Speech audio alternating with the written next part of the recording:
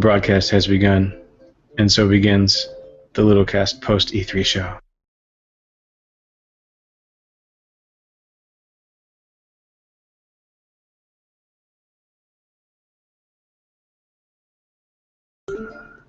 They were three friends who played a lot of video games. Not many people knew about these guys. They kind of kept under the radar like that.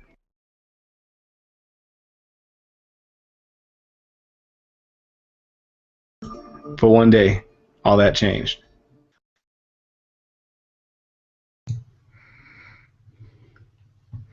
How do you like my story so far?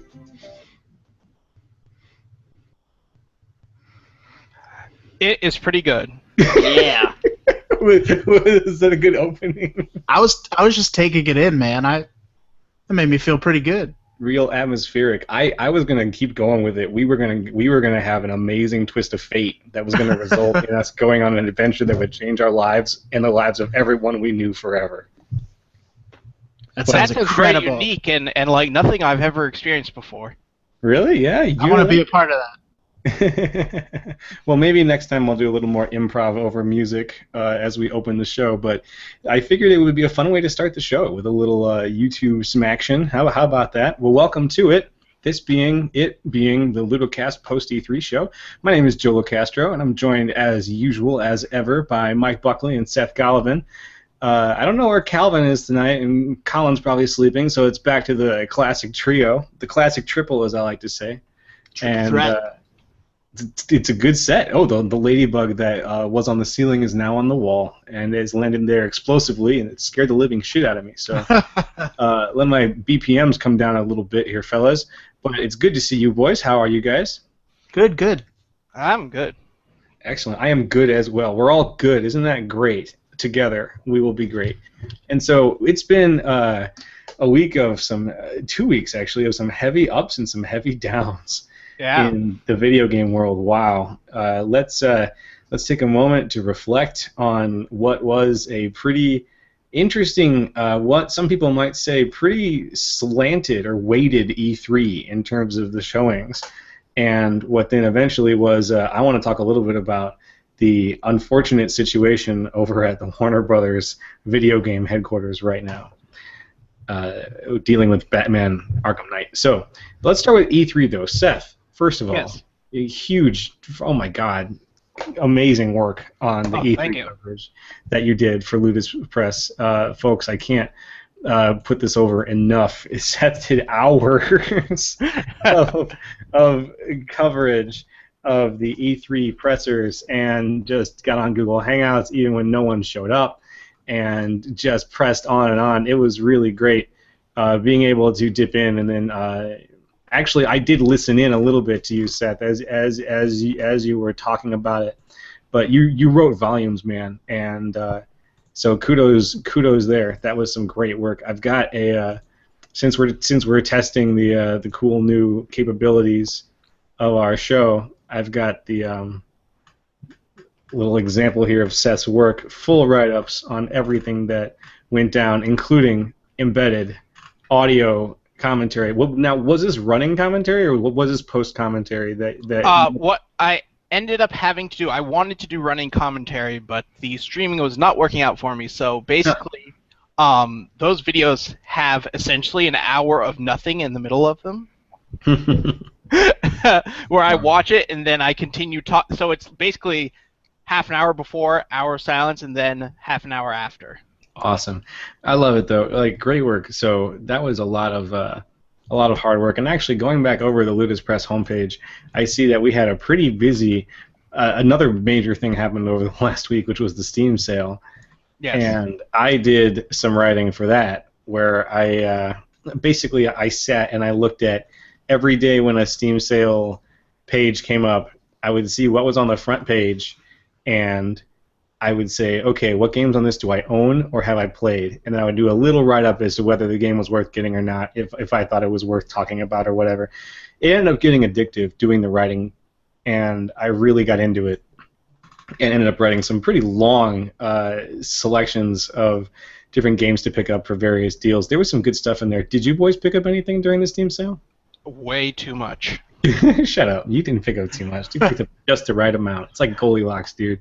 Okay, let me tell you what I picked up. Okay. I picked up both Fallout 3 and Fallout New Vegas. I picked up Ghost Recon Future Soldier, Splinter Cell Blacklist, Call of Duty Black Ops, Borderlands 2. I think that's it. You didn't tell me about any of those. I have like all of those. We're gonna have so much fucking fun. We can all play Future Soldier together. We can all play Future Soldier. Oh, that's gonna be fun. We can all play. I tried Future Soldier. As it turns out, that game is either optimized incredibly poorly, or my computer is just a piece of shit these days. Because it is not the best PC port, from what I can tell. That is very true.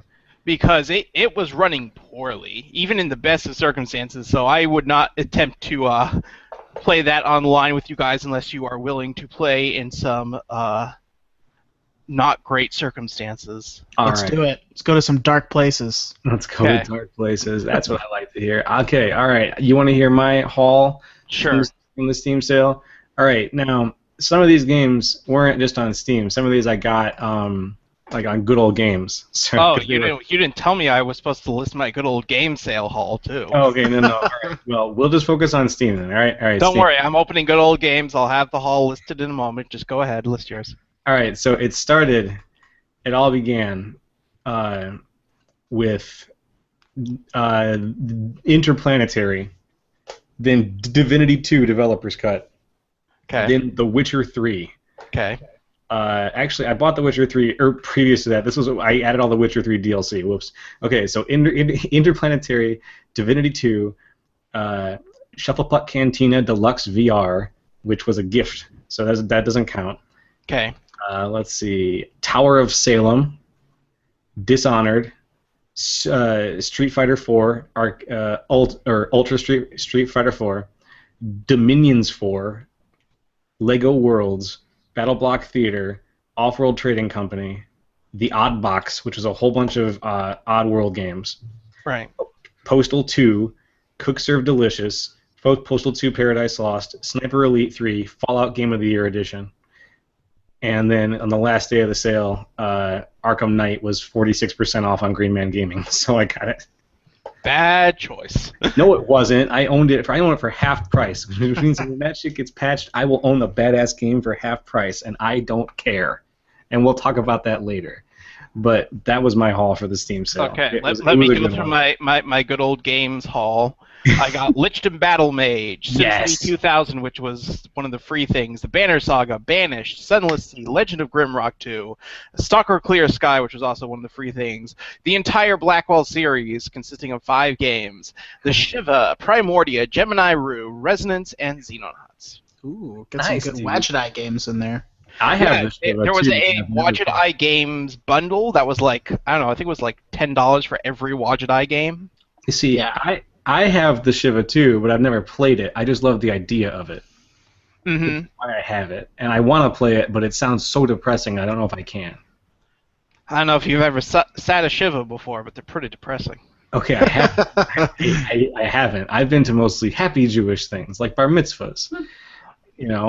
And bat mitzvahs. I haven't been to any shivas. But on Green Man Gaming, I only picked up Green Man Gaming. On Good Old Gaming, I picked up Legend of Grimrock 2, The Witcher Adventure Game, Arcanum, This War of Mine, and Wasteland 2. Okay. And actually, no, wait, that's just the games I have installed. Shogo, Mobile Armor Division. Okay. Chronicles of Riddick, Assault on Dark Athena. Okay. Which came with Butcher Bay too, so it was totally worth it. Jade Empire Special Edition, and I got all the free games you got too. So it was a great haul, all in all across the field here, and I've got a bunch of stuff to play, but it doesn't matter because I'm playing The Witcher 3 right now, and that's all I want to play. So, Mike, did you pick up anything good? I got exactly one game. What was it? Was it good? I got Depth. And it was worth it. It was very much worth it. I think it was like 60% off or something. So. Oh man. It only cost me $10, and I'm having a blast with it so far. Depth is the best. That game was so dope. Sharks versus people, and it's scary as shit. Oh my god, it's so scary. I will say I got that cat bundle on Yes, Humble Bundle, which I sent you guys some codes. I don't know if you got them. I did. I did, yeah. I used them. I Cool. didn't realize that Aqua Kitty is actually a modern Defender. Like, it's a clone of the Atari game Defender, which I thought sweet. That's actually really neat. Schrodinger's cat looks like a kind of a push-pull, physics puzzle. But I'm actually pretty interested in playing Aqua Kitty and seeing where that goes. You got to tell me how you like picks the cat though. That's pretty much what I got the bundle for. I wanted Pix the cat. Oh, it's good, dude. Oh, it's so fun. It's really a modern. It's Snake plus Pac-Man, but it's so hard, and it's got a lot of great game modes that you got to unlock, unfortunately, as you go through. But it's really a good time. You're gonna really like it, man. So Yeah. let's stop patting each other on the back for either spending way too much or spending or making Not the other enough. two, or making the other two look really idiotic with their money. Only buying one really high quality game. Trust me, I'm well aware I did not spend enough money on the Steam Hub. Don't give me Steam to spend sale. enough money. We're trying to influence the viewers to be positive, to think, to not do that kind of stuff. So you're in the right. You're in the right here, buddy. Good job. So, anyways, side note, Seth, if you haven't bought Cook Serve Delicious, that's got to be one of the most fun games I've played in a long time. I did not buy it. You got to take a look at it, man. I was playing that co-op with Colin and Erica, and the way it works is one player with the Xbox 360 controller is the expediter, who picks the orders you do, and the player with the keyboard fills the orders. And so the expediter has to shout at the chef. I'm pretty sure we need to. It's great. I'm pretty sure we need to play some of that tomorrow, Seth. Joe. It's not online, dude. It's not an online game, which sucks. Really? Yeah, for real. It is offline only, but you should play it and think fondly of me as you do. So, excellent. E3 is over. Yeah. Thank God, almost. It was a hell of a swinging match, huh? I mean, it seemed like there was a couple really strong shows that I think, Seth, you would be the most fit to bring up which one is the strongest, at least, or which ones you felt were the strongest. So, especially since you did all that coverage, I want you to introduce us to the sort of post E3 cigarette, So, okay. You want me to go show by show, or? Well, like, give us a. Do you think there's any that we can just get, like, sum up in like a sentence or two, like really fast? Yes. Okay, yeah, exactly. Start with that stuff. Give us the breadcrumbs, and then we'll get to the main dish. Okay, let's start then with Nintendo. At Nintendo, nothing happened.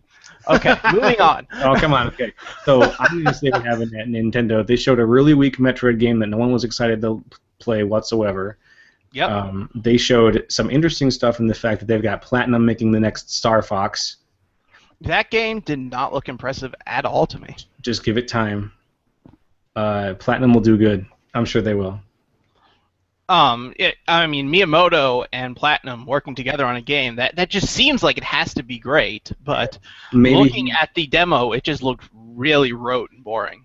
You see, maybe it was just a tech demo just to prove that Platinum could pull off the look and feel of Star Fox, but I see what you're saying. It looked like an N64 game.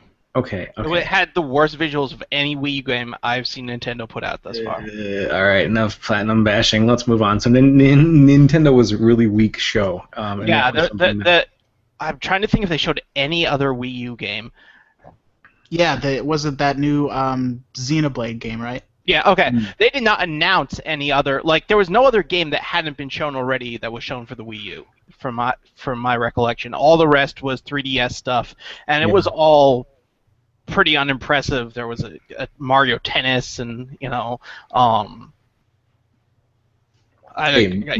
Mario Tennis is pretty dope. I really like Mario Tennis. Yeah, no, that was not to bash Mario Tennis. That's a pretty fun series, but it is like it's just like checking off a thing, and I was like, oh, right, Mario Tennis is here, great, okay, that's nothing. Oh, there was an Animal Crossing take on Mario Party there. Oh, I saw that. There's going to be a completely Animal Crossing themed Mario Party, which is neat if you really like Mario Party, which we do in this house, so we'll probably end up getting that. And there was an actual Animal Crossing for Wii U, I believe. We'll see. Animal Crossing Mario Party for sure. So there was a bunch of stuff there, but absolutely nothing that got me even remotely excited, and I still like their format the best, though. Oh, the direct format is the best. Just a video. It's just awesome, just videos, and when they have to do executives talking, they can record it in advance so they don't sound like complete idiots, and it was great. And they had Muppets. I was just going to say, how about those Jim Henson Muppets? Those are awesome. Let's get I'm going to see if I can find a clip of that while you guys talk about that. That was super great. After last year, I didn't know how they were going to top their amiibo battling executives, but Muppets is a pretty good way to go. That was a really good one. So I really like their format. I just wish there was a single game at that demonstration worth getting excited about. Well, a lot. Wait a second, guys. We're going to watch this.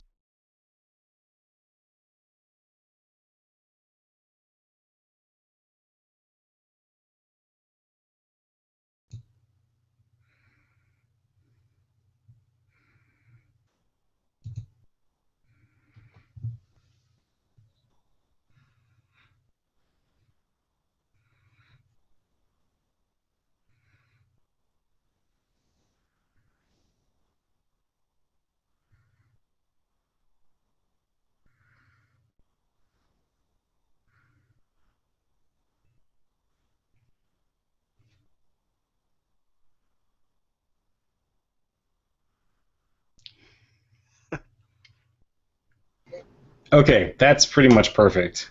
Good stuff.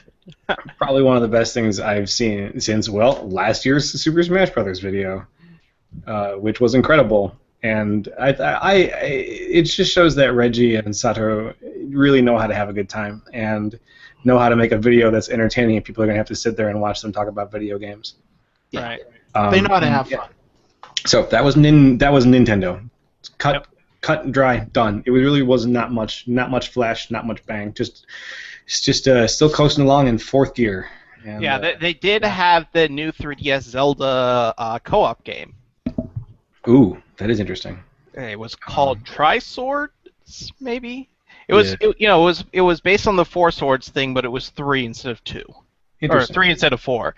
But that was the only thing that even looked remotely interesting to me. If you were a fan of Four Swords, then I guess that could be exciting. Oh, I guess it could. So, who do you want to talk about next? Anybody else have another just like whoop, little drop in the bucket? EA.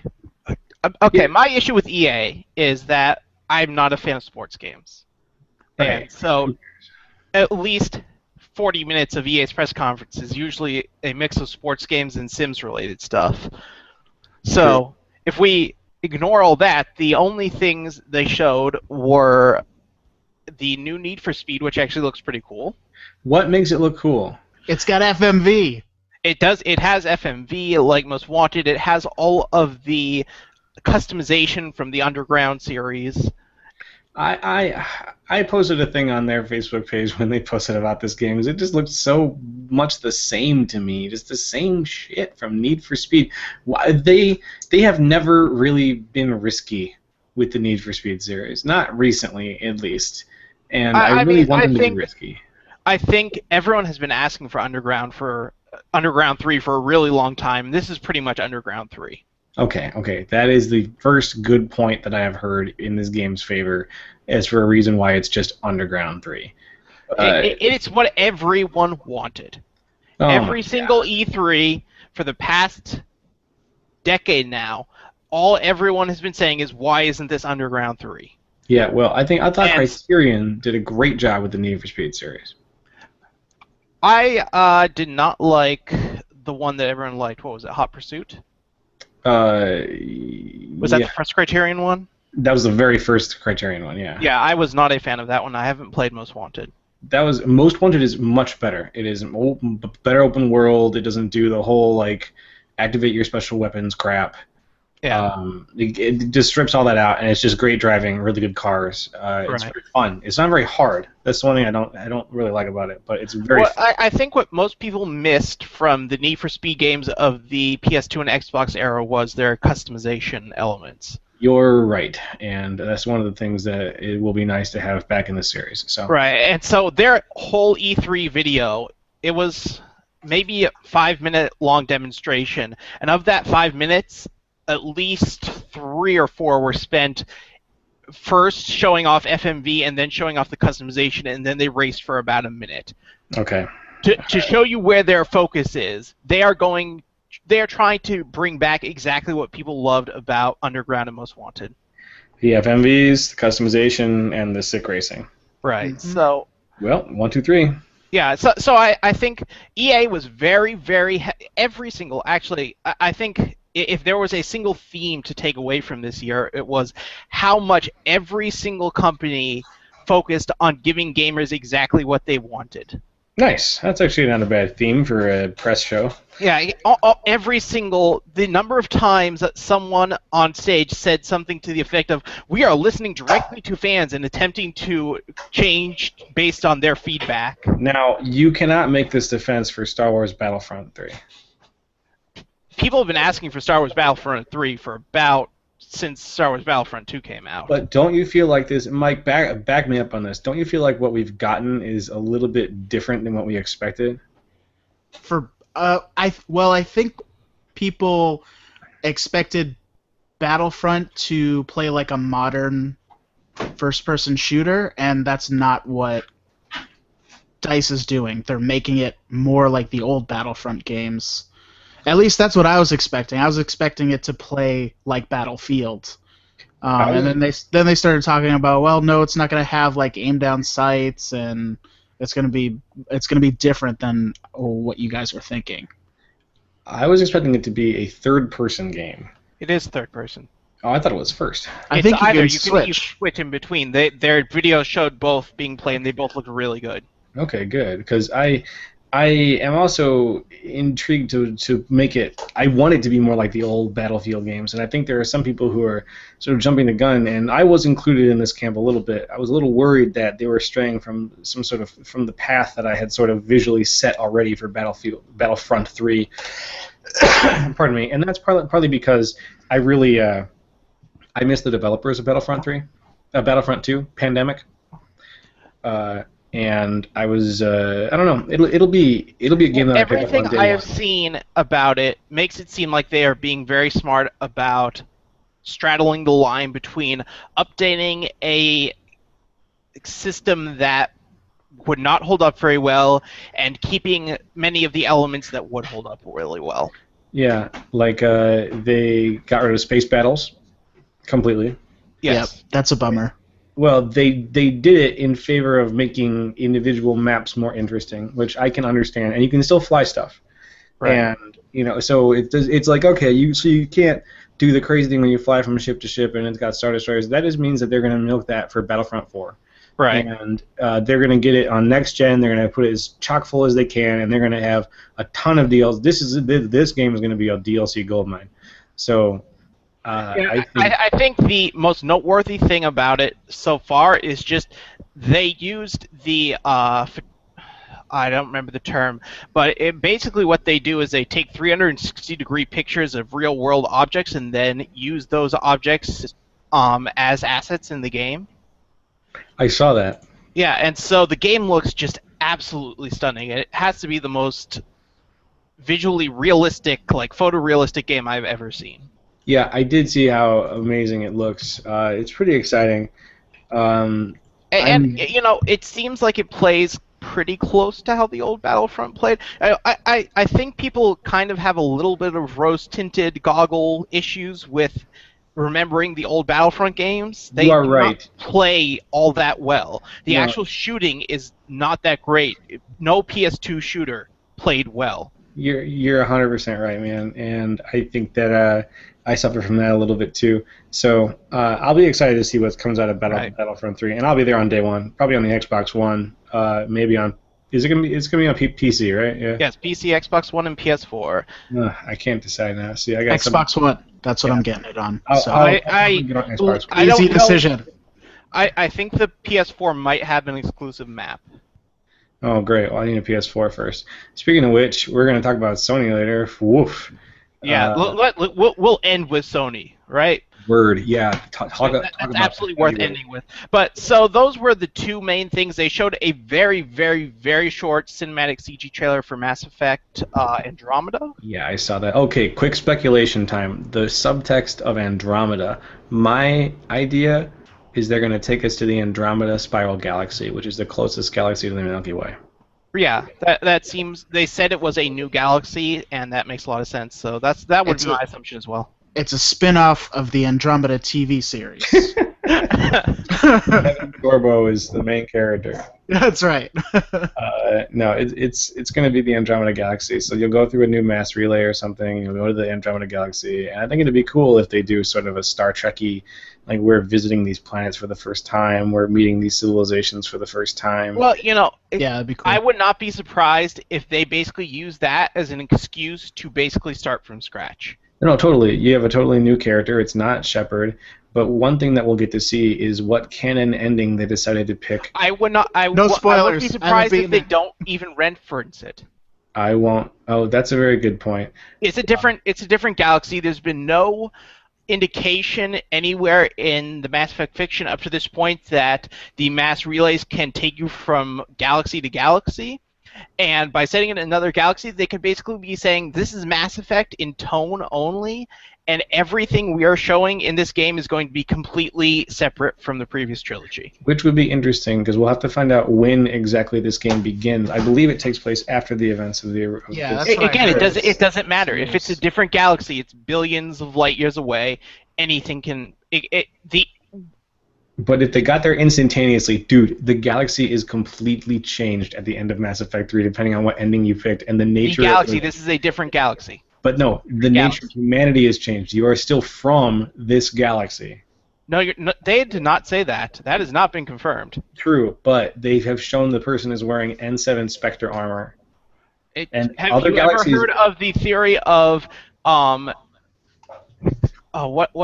where two different species will evolve to be exactly identical almost? Oh, I don't. Okay. This is where we're going to stop the conversation. But let's stop it because I haven't beaten it yet. Okay, I have heard that theory, Seth. I feel you. We can talk about that offline. Mike, I spare you this rest of this conversation. Beat the games already. God damn it. I promise I will. I promise. Next presser. Okay. Let's talk about Ubisoft next. Yeah, good one. Ubisoft. I guess my main issue, I was disappointed that their big new reveal game this year, which was it looked like multiplayer Dynasty Warriors, pretty much. Wait, what? What game was this? It was called. I should have brought up a list of what they. Pull it up in YouTube, yeah. Let me. You're not talking about Ghost Recon, right? No. Let me get to the thing I wrote on the. Did I not do one? I may have not done one for Ubisoft. Man. I feel really bad. I can't remember what it is called now. I will try to find it. It was basically Dynasty Warriors, just with both sides played by human players, like all the generals. Huh. Interesting. For Honor. For Honor. Yeah. All right, YouTube time. Woohoo! I thought For Honor looked really good. That sounds dope. I guess it just was not quite as impressive as previous Ubisoft reveals at E3 have been. All right, well, boys. and I also think that they had said like, well, this is just kind of a thing we threw together. We don't actually we don't have like the full idea fleshed out. I know that's like sort of what their multiplayer is going to look like, but I wouldn't be surprised if a lot of it changes. It sounds like it's pretty early in development. Well, one thing that was a big focus for Ubisoft was saying that everything they were showing was being played live on a PS4. Yeah. And after Unity and Watch Dogs and Far Cry and everything last year, I think that was a very smart choice, but it made their demonstrations noticeably less impressive because it was, the actual console code running, not a supercomputer running it. Do you want to see a gameplay video for this For Honor? Yeah, I kind of do. All right, here we go.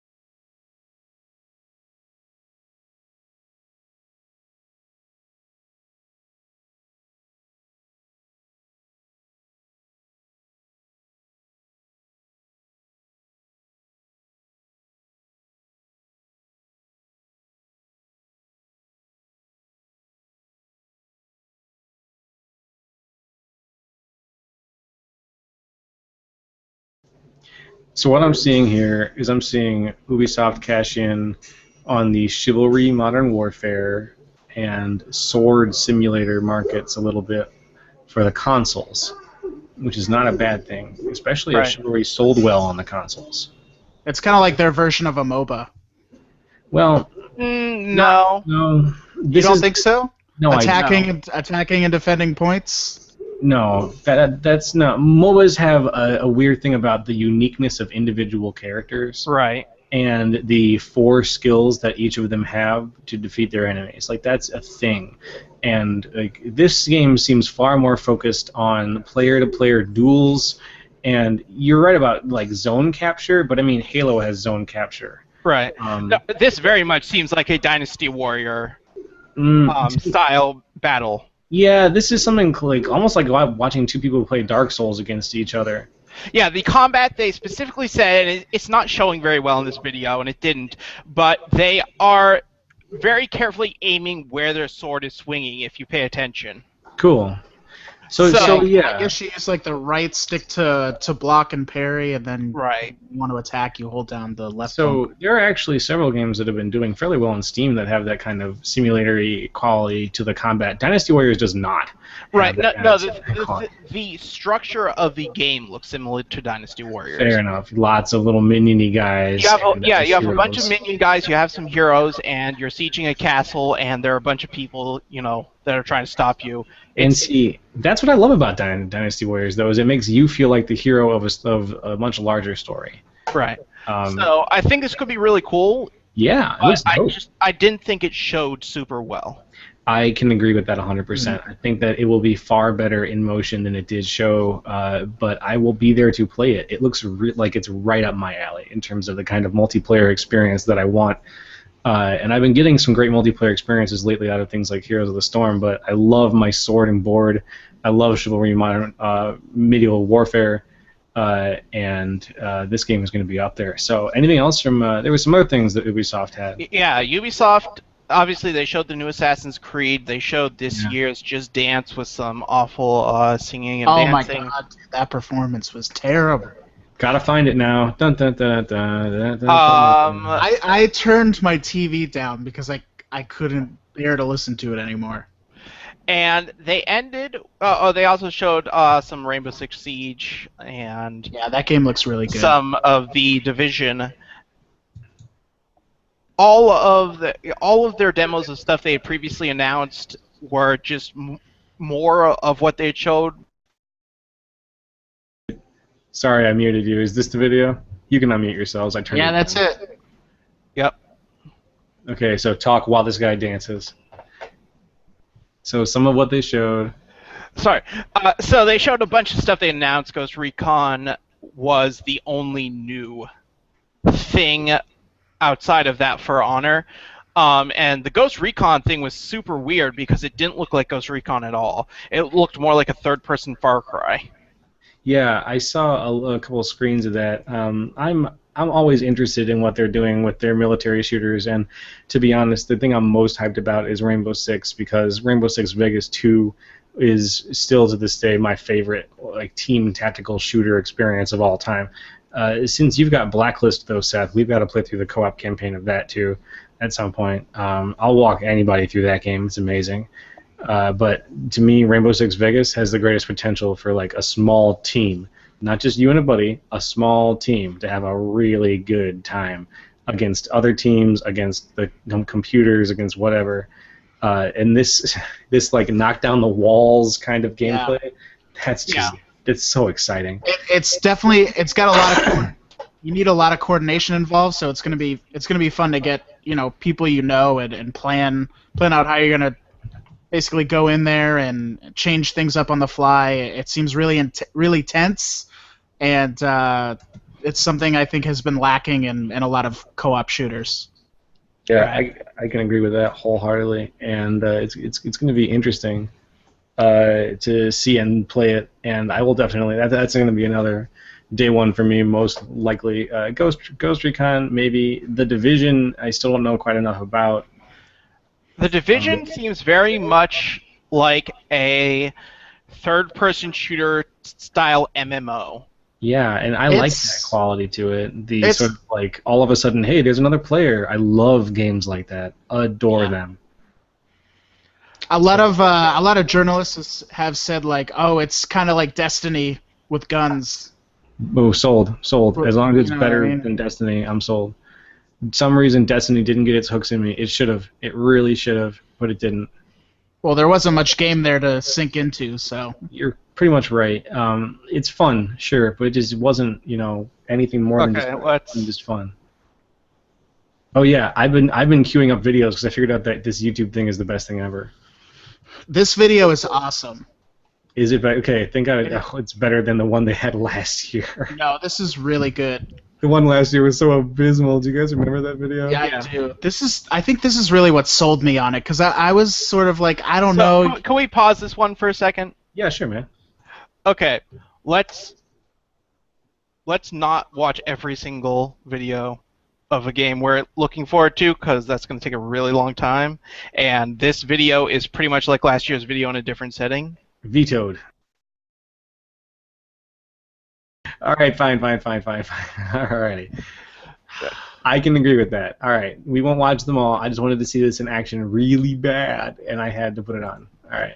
Okay. We can watch it after, but let's later. Yeah, let's not take 5 minutes of watching this because it looks almost identical to what they showed last year. Okay. Yeah. Okay. Well, that's enough for me. As long as it's more of the same, but with more people playing it and clearly is less stupid sounding. Yeah, I think the most interesting thing about that demo actually was after the demo occurred, Aisha Tyler, who was hosting Ubisoft show as usual, came on stage and was saying how when she had watched it during rehearsal, they had lost every single time. Wow. And so her point was basically, I swear to God this is live, because I've never seen them actually manage to win that type of thing. Not bad. As long as that wasn't scripted itself, props to Aisha Tyler for putting over the product. Yeah, and they sounded their communication was obviously not scripted. It was there were several times where they really were communicating in a way that seemed essential to them surviving. Excellent. Okay, well that's good stuff. Anything else from Ubisoft? That was pretty much the extent of Ubisoft stuff. Yeah. It was honestly a bit disappointing for me. They didn't have any UbiArt stuff as they have had in the past. Tomb Raider? That's Square Enix. We're not there yet. Oh yeah, Square Enix, yeah. Yeah, so that was pretty much it, and just the lack of any new UbiArt stuff, and there was, I don't know, I didn't think it was a super impressive showing from them. It wasn't bad, but it wasn't as impressive as previous years. And here I thought Rayman Legends sold well. I have no idea if that's true or not. It's a very good game. I hope that they make a sequel to it. It was really good. Okay, so, huh? I said it was good, but do you really want a third one of those? Well, I want more Rayman. I don't want more Rabbids. I want more Rayman. I agree. Rayman has a chance to challenge Mario for Platforming King. Rayman Legends was a really damn good platforming game on a lot of levels. I would like to see more UbiArt games in that style of Rayman. Yes. But I think they need to change Rayman up. All right, fair enough. I think Michel Ancel is Rayman. I mean, without him working on it, I just don't want any more Rayman, and I would much prefer that he be working on Beyond Good and Evil 2 right now. Word. Solge, yes, agreed. He said last generation that this generation he'd be able to do it, that his vision was too advanced for last generation, so I'm waiting for it to come out. And he's also working on that indie project on the side as well, so he has his hands full. So I would prefer them not to hand Rayman off to a third party. Agreed. What's the next presser? Okay, let's go to Square Enix then. There were some super impressive things at Square Enix, and then some things that were a little mind-boggling. Let's start in with a bad way. Yeah. Let's start with Tomb Raider since you mentioned it. Looks absolutely beautiful. It does, yes. And the last game was very good. This is going to be just as good. Yeah, I think I'm not sure how I feel about them continuing on the super violent let's beat Lara Croft to death, like literally beat her to death route. Yeah. But it does look really it's good. schlocky, but it's part of the, you know, part of the appeal at this point. It seems like it's going to be what people wanted the first game to be, with the action of the first game, but they're bringing back tombs of, the old games. So having that mix of two is going to make for a much better game, I think. I hope that they force us to go into tombs in this one. They do. That's what I've heard. Good. One issue I had with the last game is you do very little tomb raiding. Right. I want to raid some damn tombs. Video they showed at their press conference ended with her saying something to the effect of, "I feel like this was what I was meant to do as she enters a tomb," or something to that effect. So. Excellent. I mean, you climb around in a lot of tombs and a lot of ruins in the remake or in the reboot, but you really do it to like get money, and like that's what I want Lara Croft to really be. Is she's like, oh, I love artifacts, but I also really love to get money. And because I mean, the game's called Tomb Raider, not Tomb Explorer, not Tomb Archaeologist. You're raiding these tombs. Right. You should get some stuff. So exciting. That was not the real icing on the cherry on top of their cake sundae thing. Dessert. There were so many things at their press conference, and I'm going to save their big reveal for when we talk about Sony. Okay. So I'm just going to go through all the other stuff, I won't say that. They did not show anything additional at their press conference over what they showed at Sony. So I'm not even going to mention this. So let's go through the other Eidos originated stuff. New Hitman. Yeah. Nice. And the new Hitman is going to be a digital platform over a disc-based game that they're going to keep adding new hits to over time. Very cool. Which I think works really well for Hitman as a series. I don't think the overarching story was ever the interesting part of Hitman, so just having more hits continually showing up sounds good to me. Exactly. Oh, he's bad. He's good. Hitman. That's the plot of Hitman to me. They are taking the mechanics of Absolution and the open world of Blood Money, and to me that sounds like the perfect Hitman game. Right. Oh, so, Blood Money was open world? Not open world, but like huge stages. Yeah, okay, stages I had Absolution. Were massive.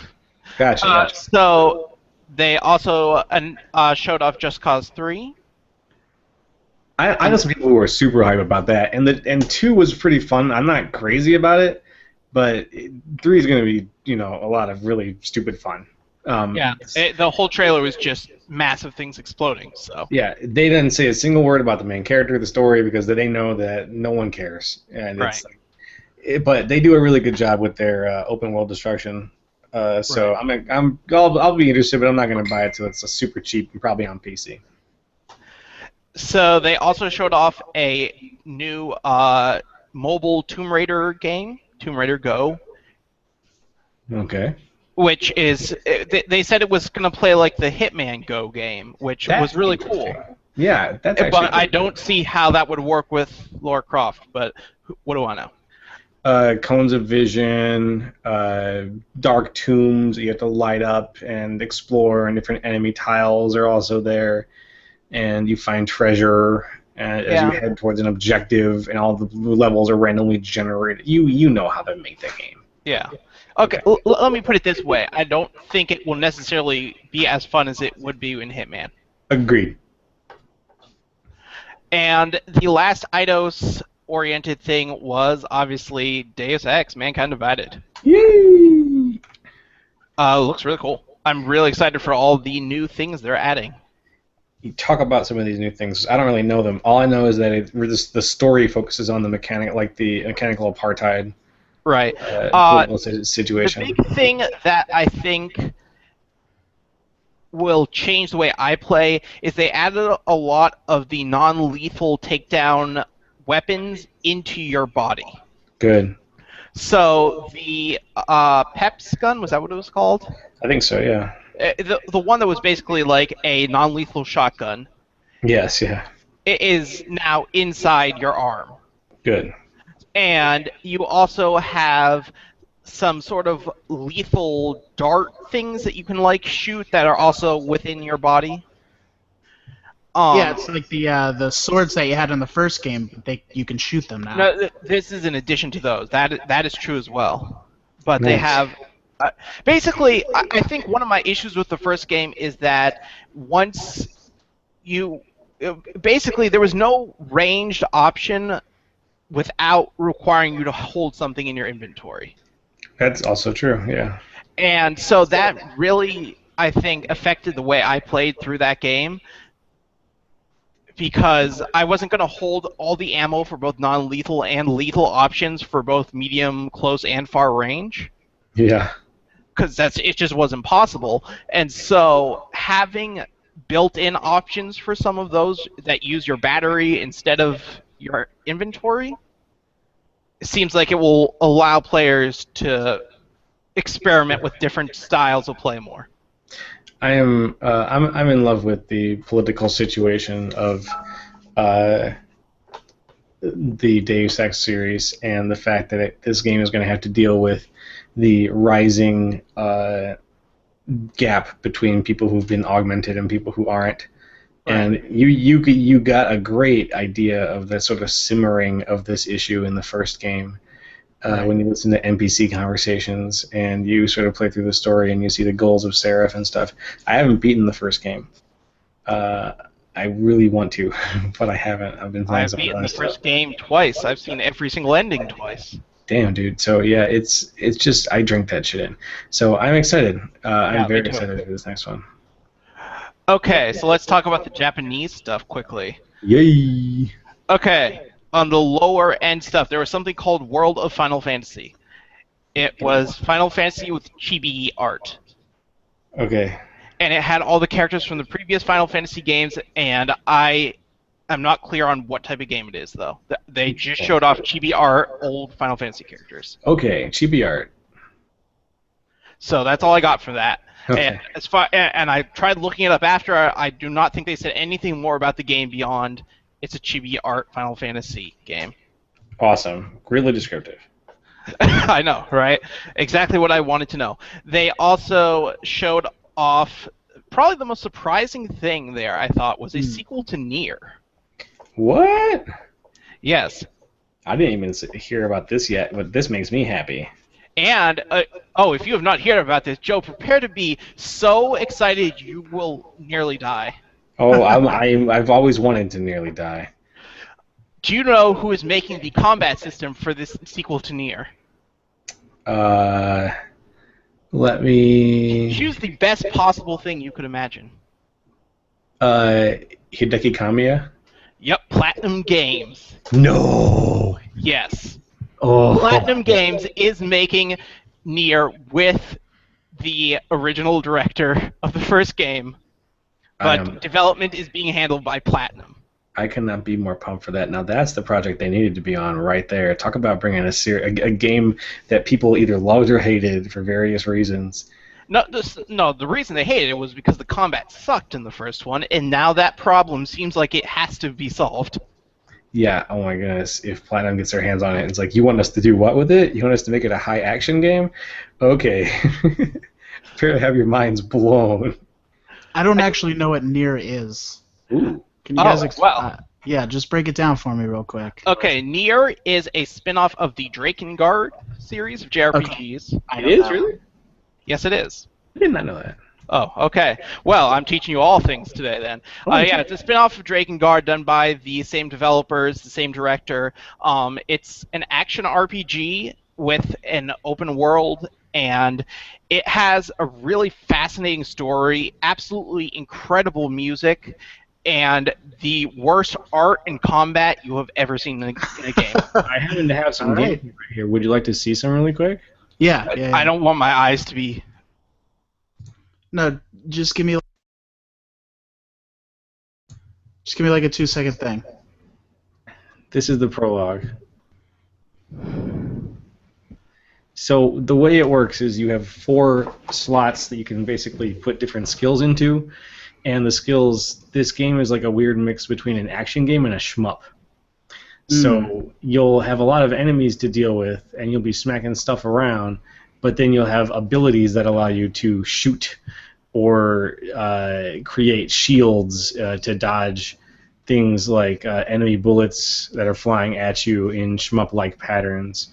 And so the combat is, yeah, there we go. You see the dude can like shoot. It looks good in motion. Yeah, No, Seth was right. The music is really good, but yeah. I'll fast forward a little more even. Like there's, oh yeah, this prologue is freaking long too. Did I mention that? So it's a. All right, I get the gist of it. right, and then it's like it goes to an entirely different setting after that, and you're in a fantasy setting, and it's this part of it. Like one, that character looks hideous. Yeah, I don't know who decided that was a good character model to start. And two, the entire environment is just flat green nothingness. Oh, well, that's disappointing then. Yeah, it's kind of ugly. Fair enough. So that's me here. Yeah, it's ugly, and the combat is just not fun at all. So But Platinum can save us all. right, but you want to know two things that Platinum's really good at: is combat design and making really crazy scenarios. It's true. So Now makes me want to go install Revengeance again. What a great game. so super Rules of excited nature. What? for a game that is actually fun to play. Although admittedly, I never finished the first one because who could actually get through that game? I couldn't. I've owned it 2 or 3 times, but I could never get through it. Yeah, I've tried. It's just it plays so bad, and I'm so fascinated to know what happens in it. So, what's up next? So there was also Kingdom Hearts 3. I don't know, are we Kingdom Hearts 3 people here? I love Kingdom Hearts 2 and 1. I really enjoy the games. Okay, so new Kingdom Hearts. It looked like more Kingdom Hearts. I don't know what else to say about it. It looked visually, it looked stunning. Yes, it looks visually very pretty. But I was super surprised. They chose to show off a level based on Tangled. Interesting. And Tangled looks like a nondescript fantasy realm. Well, yeah, that's kind of boring. It was that was just a bad call on PR side, you know. Yeah, it's just like, why would you choose a world that is designed to look like the prototypical fantasy world to show off your cool world design? Maybe for vibrant colors, and they want to save a little of that meat for the release, I guess. Maybe. Could be literally one of the only things that they have like a decent chunk finished. Or one of the first worlds that is in the game. Yeah, there are a number of reasons. I don't think that I would not have chosen that to show off a Kingdom Hearts game. One thing that I like about this series, and I need to get and play 1.5 and 2.5, but one thing that I like about this series is that they went full Japanese with Kingdom Hearts 2, and the story just went completely off the rails into this very mature fantasy, like high fantasy story, as opposed and to then it started making no sense with the handheld games. Oh yeah, the handheld game started being like, oh, this game is called 385 over 2 days, and it's about a character who's completely different than every character you've ever met, but is extremely important to the plot of Kingdom Hearts in general. So you have to know that they existed. It's interesting, and I do like how Kingdom Hearts 2 was able to fit some of the earlier DS games into its continuity and like Chain of Memories, and then later Kingdom Hearts games referenced each other on the DS up until now, and Dream Drop Distance is actually really fun. So it's a handheld Kingdom Hearts. It's really fun. So I'll give them props, and I'm looking forward to 3. Right. Okay. There's a new Star Ocean fans among us. Not really. Don't know. No. No, okay, no Star Ocean. So, new Star Ocean, it looked like it was a real-time combat engine like the previous Star Oceans, but it did not look like you teleported into a separate battle screen as you did before. So, I played till the end of time on PS2, and I played the one on Xbox 360. Okay. But I wouldn't say that I was a huge fan. I liked them because I'm a huge sucker for JRPGs with real-time battle systems, especially. I think that Trice always makes some of the best battle systems. Agreed. So I'm looking forward to that element of this. I think the Star Ocean story is super boring usually. Yeah, they don't set a lot of fire under me, so. Yeah.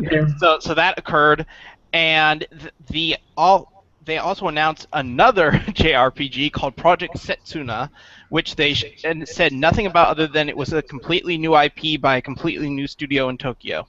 Well, I guess we'll see what this codename game really is when they tell us what the real name of it is at the next event. Yep. And I believe that was it. All right. There was a lot of stuff there. A lot of RPGs. As far as I can see it, based on how much time we got left in the show, we got the. I think I can think of 2 more big announcements I really want to talk about specifically. Okay, you want to. Okay, so the problem is I left all the big stuff for last. Yeah, we I have know. Bethesda, Microsoft, and Sony left. Let's just jump into Sony, because I think we can't not talk about Bethesda for 2 seconds. Okay. Fallout 4, great stuff. Really excited. All right, next. 2015. Yeah, November. So crazy close. I can taste it. Moving on. Okay, let's just go into Sony. Microsoft, yes. you did a good job. I was impressed until Sony happened. Yeah, I'm good going. So Sony, oh my God, what a show! Yeah, holy shit. Walk us through it. So they open up re-showing The Last Guardian. Yeah, thank God. Wow, I thought that was dead for sure. Yep, it seems that Mark Cerny saved it. Oh, smart man. He is a brilliant man. Wants to make a lot of money. Yeah, I am certain he does. And then they proceeded to show off an awesome futuristic open world RPG post-apocalypse with robot dinosaurs. Yeah, Horizon by Guerrilla Games. Yes, Horizon. Exciting. Which I think what for me was the game of the show. It looked super awesome. Haven't seen a single second of that yet. It looks really great. I will watch it after the show. Are you a fan of Monster Hunter? Okay. Wow. You didn't even ask. He doesn't know what to say. What if Monster Hunter took place in a post-apocalyptic future, and instead of monsters, you were hunting robot dinosaurs? I'd find a way to be in that place. It's not just a post-apocalypse either. It's like a post-apocalypse. Right. So it's like hundreds of years after. It's like an enslaved type scenario. Yeah. After the world has Civilization completely died. There was a dark age, and this is the after dark age. Right. This is post resurgence. There are now new communities, new technologies. You know. Right. Exactly. Gotcha. Okay. So that looks super awesome. That's good. And then they followed that up by showing off, finally, after years of asking, a remake of Final Fantasy VII. I can't believe it. Insane. There's been so many news stories about this too, and I haven't read a single one, but I saw one called How the Final Fantasy VII Remake Came to Be. And I think that's the one that I'm going to read. Yeah, it's super interesting because people have been asking for so long, and Square Enix has been saying for so long they're not going to do it. Exactly. Well, originally it was just a tech demo to show off the power of the PS3, and people were like, oh my god, I want that game. And they're like, well, it was just a tech demo. Why would we waste resources on this? And then I don't know if it was the cause of I don't remember what show it was last year when we thought it was coming, but it was really just a port to the PS4. I don't know if that's sort of what made Sony decide to do it, but I have to imagine that was the cause. Someone, I don't remember who, was mentioning that. Why would they announce that if they had already planned to do this at that point? Right. That's a good point. Exactly. They have also, one of the producers of this project said that he really wants to tackle other older Final Fantasy games and give them a proper full remake, not just it was Tetsuya Nomura that said that. Yes, Tetsuya Nomura. I want 6. I think everybody wants 6. Like, that's such a rich, vibrant world, huge, and these characters have never been realized in 3D before in any way. That's Imagine Tetsuya Nomura versions of Final Fantasy's characters. Belts, zippers, buttons, belts. Zippers and belts. I just gotta say though that I want 6. I want that world, and that I was only a little bit the only reason I'm not hype about 7's thing is, first of all, I don't have a PS4, but the only reason I'm not that hype about it is because I've already seen all those characters rendered in HD, like cool 3D graphics before. I know what they all look like. So to me, there's nothing fresh about seeing Cloud go through the same game again at this point, because I know what he looks like in cool graphics. I've known since Advent Children. So give me 6, though, and you're giving me something completely new, with the exception of Seymour appearing in Kingdom Hearts 2. So I have a question for you guys. You've both played Final Fantasy VII, I assume. You played it, yes. Yeah. Okay. I haven't beaten it either, so To completion. I have not played it to completion. But would you want a system like Bravely Defaults, where there remains random battles, but you can set the like how often they occur, or would you prefer it if they moved the enemies onto the actual overworld as they do in most modern JRPGs? Random battles with frequency. That's a good question. Yeah, I would agree. I'd want the random battles with fidelity. For with fidelity ATB. specifically. I don't want it to feel like a game that's not Final Fantasy VII. If they're going to remake the game and try to have it capture any of the original spirit, they can't just go throwing the enemies on the field. I haven't played later parts of the game, but what I have played, a lot of it takes place inside structures. Yes. I don't know how they would do sort of like what they're doing with Final Fantasy 15 in that setting. It would look. The problem is that it would look overcrowded if you had all these like NPC enemies running around. Like, oh, this place is so full of enemies. I think you should put people and things where they should be, but random battles are they exist outside of time almost. Like they're just meant to represent the difficulty of crossing an area. It's not. So it's fair to disambiguate them from time and space. You don't need to put the enemy on the field in this game just to make it more modern. Right. I do hope, like, the reason I did not finish Final Fantasy VII or any of the other PS1 Final Fantasies for that matter is because they just have too many random battles for me. Understandable. I just got bored. I don't have that much time. So I really hope if they do keep the random battles that they include Bravely Default's system of saying, I want a lot of random battles, I want a few random battles, or I don't want random battles right now. Yeah, definitely. So that's that was some of the biggest news of the show. People considered that to be the real bombshell. Yes, but they followed that up directly after, went straight from Final Fantasy VII to Shenmue 3. Right, wow. So was Shenmue a part of your guys' lives? No, I've never played Shenmue. I had Shenmue 2 for the Xbox, and I guess at the time I just couldn't understand what I was doing. Wow. So I got a job, and I was like, is this what you're supposed to do with the game? Would you like to play a game of Lucky Hit? Yeah, pretty much. And so I put it down and never played it again. I'm the only person in this little trio who's played the original Shenmue on Dreamcast. So here's my memories of Shenmue, right? I had a Dreamcast, so I was hungry for anything good, and there was a lot to choose from because Dreamcast had some pretty good stuff. And all of a sudden, this game comes out, and I had never played a game like it in my life. It was a mixture of real-life simulator and martial arts beat 'em up, and it was charming and endearing and full of things to do. To me, it was one of the first adventure games I had played in a long time where it wasn't just like, oh, there's a couple of items you pick up here and there to like, you got to mix the rubber ducky with the fishing hook and the piece of twine in order to get the wedding ring out, Right. It wasn't like that kind of game. It was a game where you could just go and spend some time in the arcade and you could go get a job to make some money, but you're also investigating your father's death. Like it struck a chord, a weird kind of chord in me as a young gamer and as someone who was just thirsting for complex experiences at the time. And it's very distinctly Japanese. It's very distinctly, Yu Suzuki, I think was the guy, right? Yeah. Yes, it is. Yep. Yeah, it's very Yu Suzuki feeling game. It's just an incredible experience. Just even though it's very banal at times. It's fun. I don't know why I like it so much. It's kind of I don't like saying I don't know why I like stuff, but I feel that way about this game. I don't know what necessarily it is about the game, the je ne sais quoi.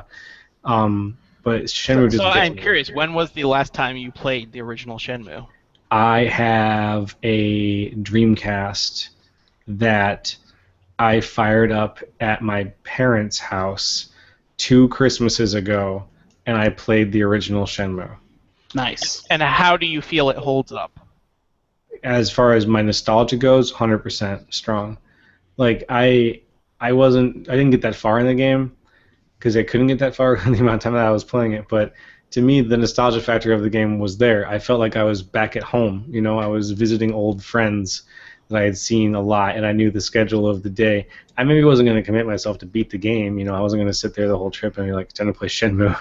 But I never played Shenmue 2, even though I had an Xbox and I had access to it. I played Shenmue 2 for like maybe 10 hours, maybe not even 10 hours, like 5 hours. So I played it a little bit, not much. I didn't quite have the same nostalgia experience for some reason playing Shenmue 2, but I really liked it. Still, it is something about it. And I think it holds up. For fans, I think it holds up. So I've never played a Shenmue game, but Okay. every Dreamcast game I've ever played, my end result of the experience, mind you, I never had a Dreamcast when it was out, so I only played Dreamcast games years later on the PC.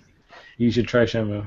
And every Dreamcast game I've tried, I've come away thinking, this is awful. How did That's people like this?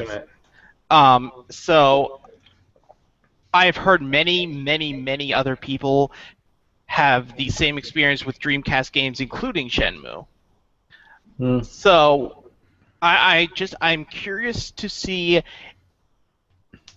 if the games hold up even remotely for those who didn't play them at the time. Because what you're describing, it sounds like it was a very innovative game, but all of those things have been done better even by Sega probably, for example, in the Yakuza series.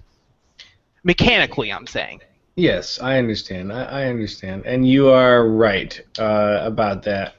Definitely the latter Yakuza games got that right. I don't know, dude. It was an attitude. It was an atmosphere. It wasn't necessarily something about the mechanics being anything new. It was just how it was put together. Okay, It was like I said, I've never played. The tone of the music. It was the tone of the game. I have heard so many people say so many great things. I've heard so many people say so many terrible things about it. Well, it's got its ups and downs. The combat system is a little difficult and feels dated and not very user-friendly at all. It's quick-timey, isn't it? The quick-time events, this is the game that, like, oh man, quick-time events are like half of this game. Yeah. But they're fun and interesting, and the game is very cinematic. It's almost like watching a movie. Yeah, from what I understand, it was one of the largest production games. Well, cost the most money back then when they were making it. It was like $67 million, which people had never heard of at the time. They're like, holy crap, that's a lot of money. Nowadays, $67 million is nothing to make a game, but back then that was a big chunk of change. So he's definitely him bringing it back, and the fact that they hit their goal so fast. And I know that their goal is still only about a 10th or a 16th of what they're going to need to make the game. The game's going to have to cost something like $20-30 million to make. Right. So, but they announced at the show that they are doing a Kickstarter for it. So it wasn't like an announcement saying the game's coming out. It was an announcement saying, hey, if you guys want this game to come out, check out this Kickstarter link. Right. And within 12 hours, the game was funded to the tune of several $1 million. Right. Impressive. It was. Do you think that they are going to pass Igarashi? I'm not sure. I don't think so. That first 48 hours, it definitely seemed like it, but it's been pretty much stuck on the same amount since then. I know. I noticed that, and that's what I've been telling people. They're not going to pass Igarashi. Igarashi had more character, personality. He had more to show in his Kickstarter. It looked more professional. His actual Kickstarter page looks better. His video was decent, but it's not going to go anywhere. The last 48 hours aren't going to bump it above Igarashi's number. They're just not. I think the game. I don't know, man. I was almost happy that it was just a golden apple in my memory.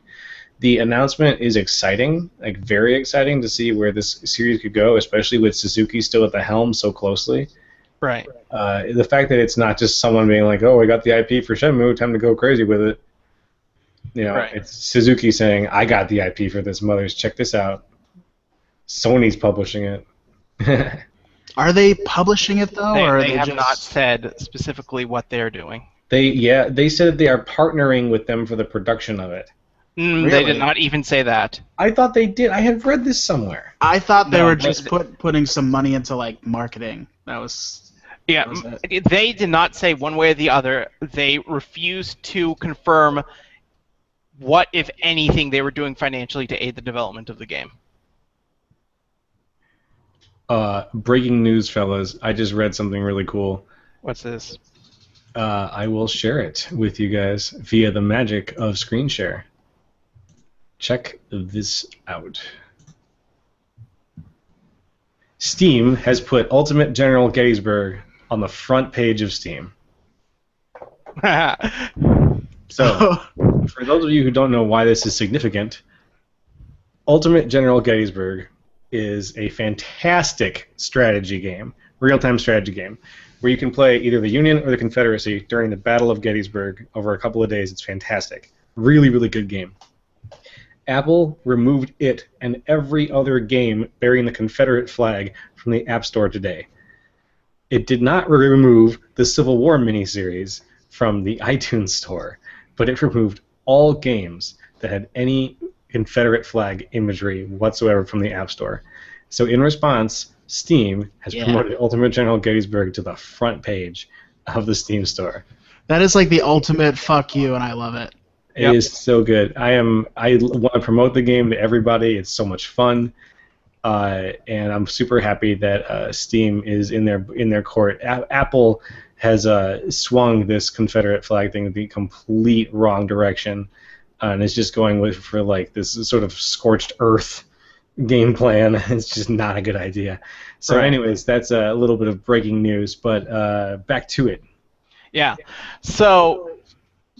Crazy Sony press conference then with all that.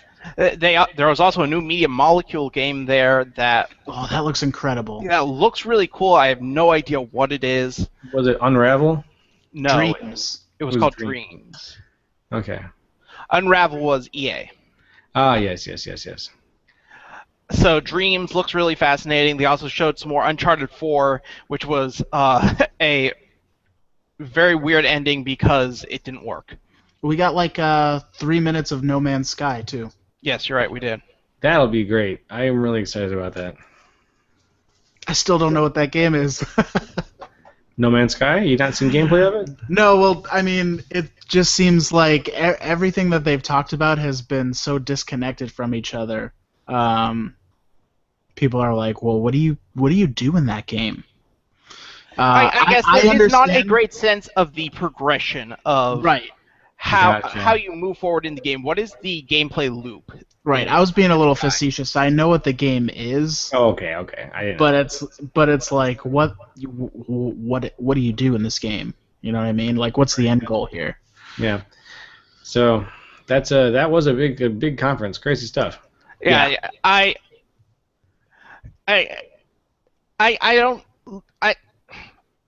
It is hard to comprehend what Sony was thinking putting this press conference together. I don't know if it was brilliant or crazy or desperate or all, but just insane. They really went all in on the PlayStation division, and it was just good to see them finally seem to give a shit about the gamer and put out some incredible gamer-centric products for once, instead of sort of saying, "Here's a big FU." Oh, Street Fighter V, dude. They're publishing Street Fighter V. Yes, that was also there. Another way of saying, like, we know what you guys want. You want another Street Fighter, so we're gonna make it. The only thing I'll take points off for Sony is that they really didn't show anything that's coming out this year, as opposed to Microsoft, where almost all of their stuff that they showed is coming out this year or early next year. Yeah, I think that is kind of my point. It's like they showed so many incredible looking things, but it almost felt like they went overboard to try to get people to forget the fact that they didn't announce anything coming out this year. They have nothing. Absolutely nothing. Well, I guess we'll see, man. This year is going to be interesting in terms of a lot of the VR stuff's going to start up in the fall. Yeah, they did not show Morpheus for more than 5 seconds. Yeah, well, I guess again we'll see. The Rift is going to be the first one to really knock down that door, I think. Right. And we'll see how the consumer really bites to its price and to its usability and all that. So let's wrap up the show with a little talk about the PC release this week that everyone has to talk about this week. Right. Arkham Knight. Mike, you got that for the Xbox One. I did. It runs great. Shut up. So I bought it for half price, motherfucker. And I got it on Green Man Gaming, which is a great site if anybody wants really great deals on Steam keys. So I got Arkham Knight, I had it preloaded, feeling good. The only thing I knew about it was that PC Gamer did not have a Steam key for it, while everybody else was releasing their reviews of it last Friday and Thursday, which is troubling. And so what happened is I launched the game, and I'm like, oh, this game's not running very well. Well, it's running really bad. Oh, it's really not running well. So I turned all the settings down. Still not running well. I turned the resolution down all the way to 720p. The game finally runs playable with every extra setting turned down or off and running only at 1024 by 780. That's the only way I can play the game. Jeez. That's it. And then even then, it has its moments of stuttering and the FPS dipping into like the tens, and it's really rough. It is a rough PC port. And then the next day, I read the reviews. So Seth, you had mentioned that Iron Galaxy did the port for PC, yes. right? Yes, they did. Which is surprising because they really do excellent jobs on their ports. Yeah, they are super experienced porters, and working with other people's code is just one of their major specialties. So. Yeah, they are incredible at it. They did it with they cut their teeth porting all of Capcom's games over to the PS3 and the Xbox 360, and they did a fantastic job with that.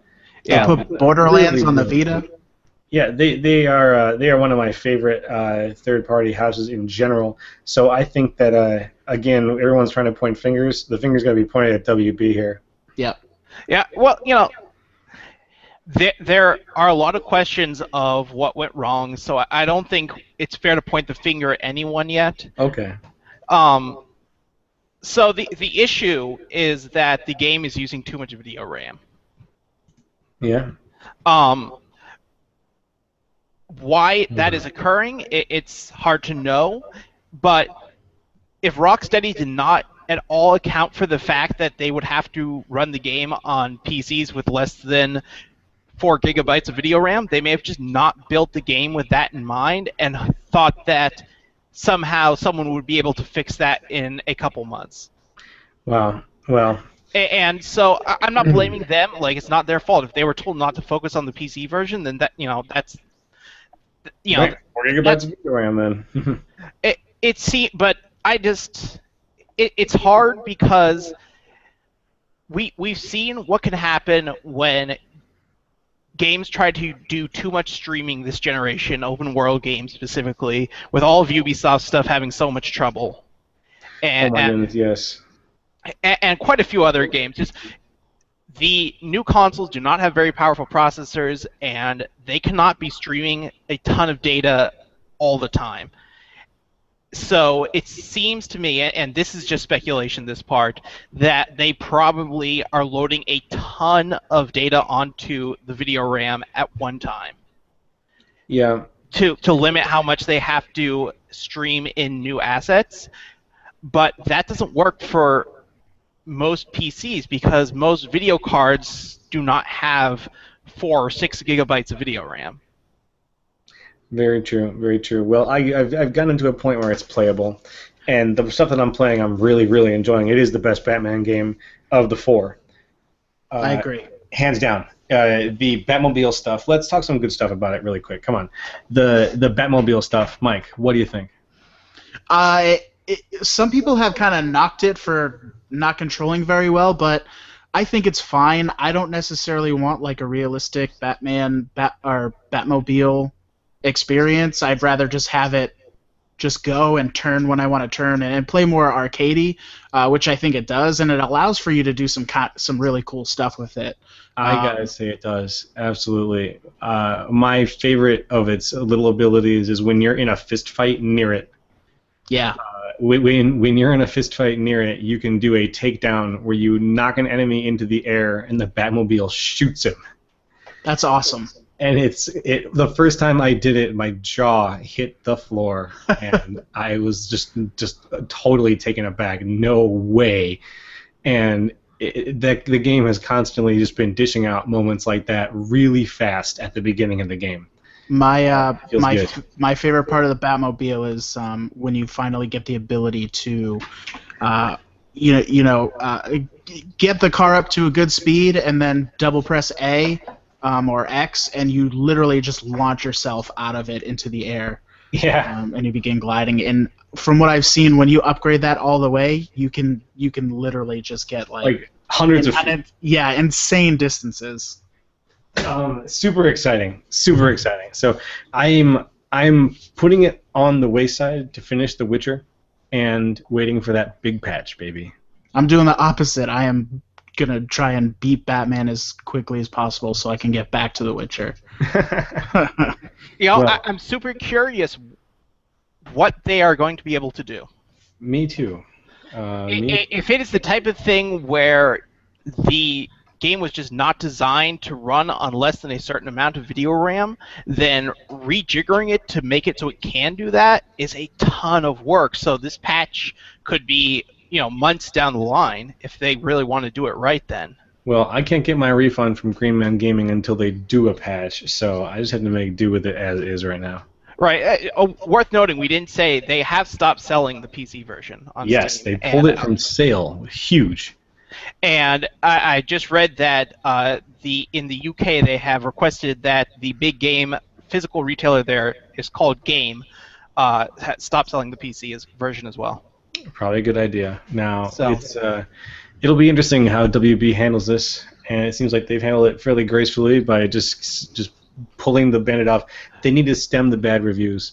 Yep. Now, and the more people buy it, the more bad reviews and returns they're going to get. That's going to really hurt their bottom line in the future and now. So right. The game is too You know good what? I think anyone who was saying that the Steam refund policy isn't needed, how many times have PC launches like this in the past gone completely ignored by publishers? You have to think that the main difference this time is that now that everyone can get a refund, and everyone is most likely doing so if the game's not working, suddenly the publisher cares when every single person who buys the game is asking for their money back. Yeah, exactly. Just about everyone who bought this game is asking for their money back. And the game is so good that the overwhelmingly negative reviews for it on Steam are just so disappointing to me because the game is so good. And this is just such a damn shame that this high-profile, major, momentous event was so marred. And it's not even that it was like, oh, the online wasn't there on day one. It's that the game was just damn near unplayable for so many people on this one critical port. Especially I'm also curious. I'm curious what the minimum required specs were before the game launched listed on Steam. That's a good question because they did change them, right? They said, I know they added more to their minimum requirements, but I don't know if they changed them. Because if they didn't change them, then the minimum required card was one with 3 gigabytes of video RAM. And so everyone who is complaining that it isn't working well that does not have a 3 gigabyte video card shouldn't have bought the game because their card doesn't meet the minimum requirements. Well, that's me. Hi, how you doing? You see, the game was half price, bro. But if your computer can't play it, I mean, it will someday. That's the way I see it. It was half price now. Maybe it will.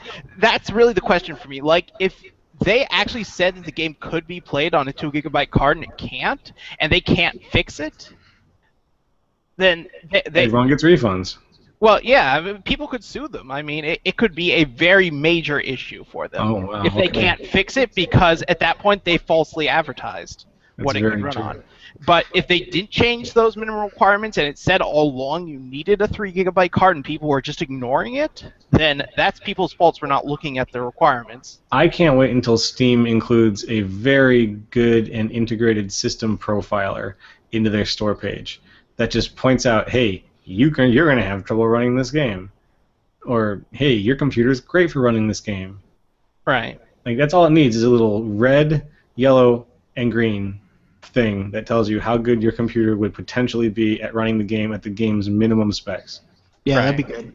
Like minimum and maximum specs if you want to be really cool about it. And all you have to do is let it run a profiler. That's it. It runs the profiler one time. It can check your specs against a ton of information. They already profile your system. I know. You can look in the Steam stats and see your system profile, like how powerful your computer is based against everybody else on Steam's and stuff like that. It's insane. So yeah, good stuff. And that's going to wrap up our show tonight, guys. Good show. Okay, yeah. Yeah. Nice chunky show. Awesome E3, followed by a very down week. Oh man, a lot of Steam sales stuff. We had amazing E3, and then, man, this Arkham Knight thing is just, it's sunk it all. And then the Confederate flag business with the App Store games is ugh. So my takeaway for the show, if anybody gets to this point of the show and is listening, we had one viewer for almost the whole show. That was great. If anybody's listening at this point, go buy Ultimate General Gettysburg on Steam. It's so good. And the developer, Darth Mod, and the guys who work on that are so fantastic. So that's it. That's it for me. I'm Joe Castro signing off. Mike, you want to say goodbye? Bye, everybody. Have a good night. Yep. And Seth Golovin. Good night, everyone. All right. Stop broadcast now.